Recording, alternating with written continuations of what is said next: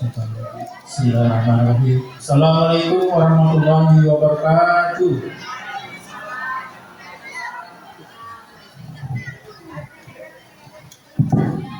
Selamat pagi dan salam sejahtera untuk kita semua.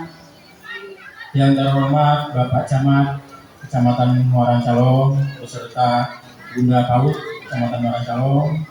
Yang terhormat Bapak Kapolsek, Bapak Dan Ramil, Bapak Komite, dan Bapak Ibu hadirin, terutama yang berbahagia adalah para orang tua, wali siswa yang pada hari ini semuanya insya Allah bergembira karena anak-anak kita semua akan melanjutkan ke tingkat yang lebih tinggi.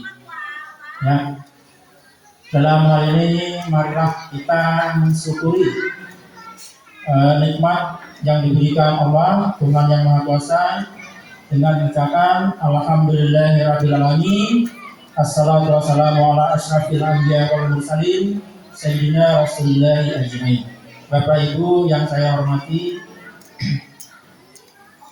saya mewakili pemerintah Kabupaten Kutai Timur, khususnya Bunda Paut Kabupaten dan Dinas Pendidikan Kabupaten Kutai Timur, mengucapkan terima kasih yang sebesar-besarnya atas partisipasi Bapak Ibu, orang tua, masyarakat yang telah mendukung program pemerintah dalam rangka meningkatkan pendidikan di daerah Kutai Timur, khususnya di Muara Calong, karena di data itu ada namanya tingkat partisipasi masyarakat dalam rangka menyekolahkan anaknya.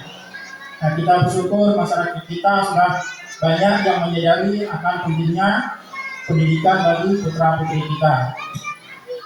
Kemudian saya juga mengucapkan wabil khusus Sahibul Baik yang pada hari ini yang mempunyai hajatan, yaitu keluarga besar TK Negeri 2 Muara Calong yang pada hari ini melaksanakan acara pelepasan dan pentas seni bagi anak-anak kita yang mana nanti akan melanjutkan ke tingkat yang lebih tinggi, yaitu pendidikan dasar tahap awal tingkat SD.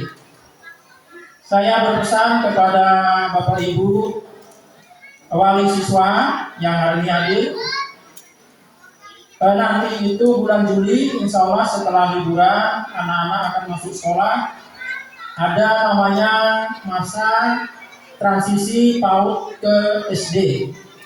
Nah, dalam masa transisi itu diharapkan supaya anak-anaknya tidak kaget, orang tua atau wali mendampingi mengantarkan anaknya untuk ke sekolah. Nah, itu yang disebut nanti masa transisi dari PAUD ke SD. Ya Bapak Ibu, kalau misalkan Bapak Ibunya sibuk, repot, ada urusan lain, nanti bisa kakaknya atau tantenya yang mendampingi. Ya, perlu pendampingan. Berapa lama pendampingan itu tergantung dengan kondisi anak masing-masing. Ada yang seminggu sudah mandiri anaknya, ada yang 1 bulan sudah mandiri, ada juga yang sudah mau naik kelas 2 baru bisa mandiri, tergantung anak masing-masing ya. Oleh karena itu perlu kita dampingi anak-anak kita untuk pergi ke sekolah supaya tidak stres ya, karena di lingkungan yang baru kan begitu. Jadi harapan semuanya bisa mendampingi. Kemudian dalam hal ini saya juga menyampaikan ada hal yang yang penting, tapi kita selama ini menganggap hal itu tidak penting, bahkan tidak pernah kita sebut pada saat acara anak kita lulus ataupun menerima buku rapor. Apa itu? Yaitu buku laporan kesehatan. Ada apa Bu? Nah itu. Padahal buku itu adalah semacam rekomendasi untuk pendidikan anak kita. Buku itu sangat penting. Oleh karena itu, jangan sampai dilupakan. Buku penampilan lapor itu namanya buku kesehatan. Ya, salah satu contoh saya kasih contoh. Kenapa buku itu penting? Biasanya di sekolah itu hanya memeriksa atau mengukur tinggi badan ataupun berat badan siswa, biasanya begitu ya Bu ya. Tapi ada hal penting yang sebenarnya kita belum melaksanakan. Saya tidak mengatakan tidak, tapi belum ya. Mudah-mudahan nanti bisa dilaksanakan. Sebenarnya sebaiknya itu yang melakukan pemeriksaan dilakukan oleh pihak yang berkompeten. Biasanya setiap semester ya. Nah, kalau selama ini kan sudah berjalan itu petugas kesehatan ke sekolah-sekolah ngecek kesehatan gurunya ya. Nah, saya harap ke depan nanti dari pihak BLUD atau Posyandu mengadakan program untuk mengecek buku kesehatan itu. Karena dari petugas kesehatan lah yang berkompeten untuk hal itu. Ya, salah satu contoh misal. Jadi di situ bukan hanya diperiksa berat badan, tinggi badan, tapi juga diperiksa panca indera anak itu. Misalkan diperiksa matanya di semester 1 kan ada standar dia ada baca normal kan ada. Nah itu diperiksa di semester 1 misalkan hasilnya normal. Begitu semester 2 agak jauh atau agak dekat. Nah itu adalah rekomendasi nanti dari tim kesehatan memberikan rekomendasi kepada guru atau kepala sekolah, anak ibu yang atas nama ini sudah ada kelainan di bidang matanya, ada kekurangan. Nah tolong nanti ini ditindaklanjuti. Nah itu semacam rekom Bu, Bapak Ibu. Nanti dari sekolah menindaklanjuti, dipanggillah anak itu, ditanya, anak kamu suka nonton apa di rumah? Oh nonton ini, nonton apa namanya? TikTok. Nah, kamu TikTok di rumah? Oh TikTok, ya. Tanyakan muridnya kan, gitu. Pakai HP siapa? Pakai HP mama apa ibu? HP saya sendiri. Dua catatan juga. Ada indikasi bahwa anak ini di rumah suka main HP. Kemudian difasilitasi oleh orang tua. Nah nanti pihak sekolah panggil itu orang tuanya, panggil ke sekolah. Bapak ibu kalau masih sayang sama anaknya, masih kasihan sama anaknya, tolong untuk pegang HP-nya dibatasi karena sudah ada kelainan pada anak ibu terutama mata. Tolong nanti dibatasi untuk pegang HP-nya. Nah itu semacam rekomendasi seperti itu. Kita lihat itu sepele. Ya, saya sudah melihat di pengalaman Bapak Ibu banyak anak-anak TK, SD, baru kelas 8 sudah tebel-tebel itu kacamatanya. Ya, nah itu. Kemudian misalkan diperiksa telinganya, oh anak si ini namanya ini jarak pendengarannya agak kurang. Nah, nanti direkomendasikan kepada guru sekolahnya agar anak ini agak pada saat pembelajaran dimajukan ke depan, biar bisa menerima kan seperti itu. Jadi selama ini yang sudah dijalankan itu saya lihat hanya mengukur tinggi dan berat badan, tapi panca inderanya kita nggak perhatikan. Nah itu, jadi pentingnya buku itu dibuat pemerintah seperti itu.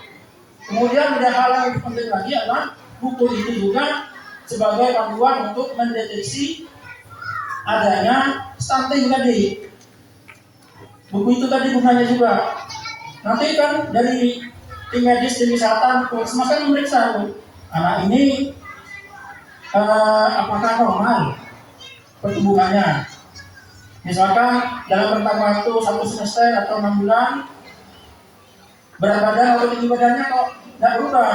Nah itu kan ada gejala. Jadi kita bisa mencegah dari awal. Jadi fungsinya buku itu sangat banyak. Saya lihat belum dimaksimalkan, sudah dimakan tapi belum dimaksimalkan seperti itu ya. Jadi saya minta agar nanti bagaimana caranya teknisnya agar bukan hanya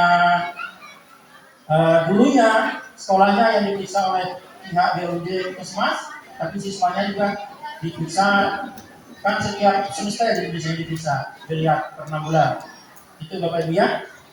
Kemudian yang terakhir saya sampaikan baru saja beberapa menit yang lalu saya dapat WA surat edaran dari Bupati tentang kantin. Nah, ini saya sampaikan garis besarnya saja agar sekolah itu sudah disampaikan dari dulu membentuk kantin sekolah sehat. Sekolah sehat.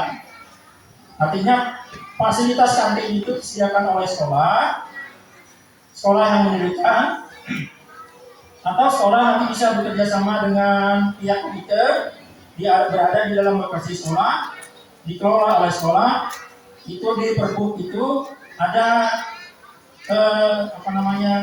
fee yang harus dibayar, biar sewa kantinnya ada. Nah, untuk yang KTK ada, SD ada, SMP ada, nanti fee-nya itu dibayarkan ke rekening kas daerah, rekening daerah. Nanti saya share ke sekolah-sekolah itu edaran Bupatinya. Lalu berapa menit kalau nanti dikirim. Ya, pesan di sini tolong sampaikan ke semua sekolah, TK, SD, SMP, agar melaksanakan. Ya, kenapa? Karena kalau itu diadakan oleh sekolah, maka tanggung jawab untuk pemenuhan kesehatan, terutama jajan anak-anak itu di bawah pengawasan oleh sekolah. Nah, kalau saya dulu waktu masih guru di SMP dulu, saya waktu itu wakil kepala sekolah. Saya kumpulkan semua orang-orang nanti itu, bikin MOU perjanjian. Artinya jenis makanan apa, minuman apa saja yang boleh dijual. Nah, artinya tidak boleh sembarang makanan masuk ke kantin sekolah. Nah, seperti itu. Sehingga kita bisa menjaga kesehatan anak-anak kita di sekolah, tidak jajan sembarangan. Itu ya Bapak Ibu ya. Mungkin itu saja yang bisa saya sampaikan. Kurang lebihnya saya akhiri. Wassalamualaikum warahmatullahi wabarakatuh.